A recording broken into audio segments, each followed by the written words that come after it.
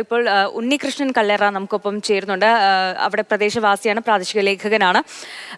ഉണ്ണികൃഷ്ണൻ, താങ്കൾക്ക് എന്തെങ്കിലും അറിയാമോ? ഈ ഒരു അപകടാവസ്ഥയിലായിരുന്നു ഈ ഒരു പോസ്റ്റ്? എന്താണ് അവിടെ നിന്ന് ലഭിക്കുന്ന വിവരങ്ങൾ? എന്താണ് സംഭവിച്ചത്?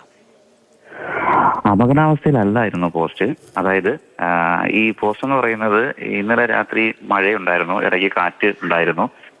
നേരെ ഓപ്പോസിറ്റ്, അതായത് ഈ റോഡിന്റെ മറുവശത്ത്, അതായത് ഈ പോസ്റ്റിന്റെ ഓപ്പോസിറ്റുള്ള റബ്ബർ മരത്തിന്റെ ഒരു നല്ലൊരു കൊമ്പാണ് ഈ പോസ്റ്റിലേക്ക് വീഴുകയും ആ ലൈൻ പൊട്ടി താഴെ വീഴുകയാണ് ചെയ്തത്, റോഡിലേക്ക് പതിക്കുകയാണ് ചെയ്തത്. ആ സമയത്താണ് കാറ്ററിംഗ് വർക്ക് കഴിഞ്ഞ്, കാറ്ററിംഗിന്റെ ജോലി കഴിഞ്ഞതിന് ശേഷം അക്ഷയും അതുപോലെ തന്നെ അമർനാഥ്, വിനോദ്, ഇവർ 3 പേരും കൂടി ചേർന്ന് ബൈക്കിൽ വരുന്ന സമയത്താണ് ബൈക്ക് ഓട്ടിച്ചെന്ന അക്ഷയായിരുന്നു. ആ സമയത്താണ് ഷോക്കേറ്റത്. ഉടൻ തന്നെ കൂടെ ഉണ്ടായിരുന്നത് നിലവിളിച്ചു. സമീപവാസികളെല്ലാവരും കൂടെ ഓടിച്ചെല്ലുകയും ആ സമയത്ത് അക്ഷയ്ക്ക് ജീവൻ ഉണ്ടായിരുന്നു എന്നാണ് പറയുന്നത്. ഉടൻ തന്നെ നമ്മുടെ നെടുമങ്ങാട് ജില്ലാ ആശുപത്രിയിൽ എത്തിച്ചെങ്കിലും മരണം സംഭവിക്കുകയായിരുന്നു.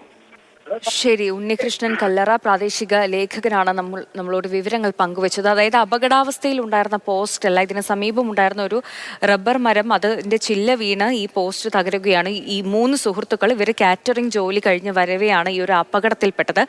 അക്ഷയ്ക്കാണ് ദാരുണമായ മരണം സംഭവിച്ചത്. മറ്റു 2 പേരാണ് പിന്നീട് നാട്ടുകാരെ അറിയിക്കുകയും ഈ അക്ഷയെ ആശുപത്രിയിലേക്ക് കൊണ്ടുപോവുകയും ഒക്കെ ചെയ്തത്. ഈ 2 പേർ നിലവിൽ നെടുമങ്ങാട് പോലീസ് സ്റ്റേഷനിലാണ് എന്നതാണ് റിപ്പോർട്ടർ TS ഹരികൃഷ്ണ നൽകിയ വിവരങ്ങൾ. വാർത്തയുടെ കൂടുതൽ വിശദാംശങ്ങളൊക്കെ പുറത്തു വരേണ്ടതുണ്ട്.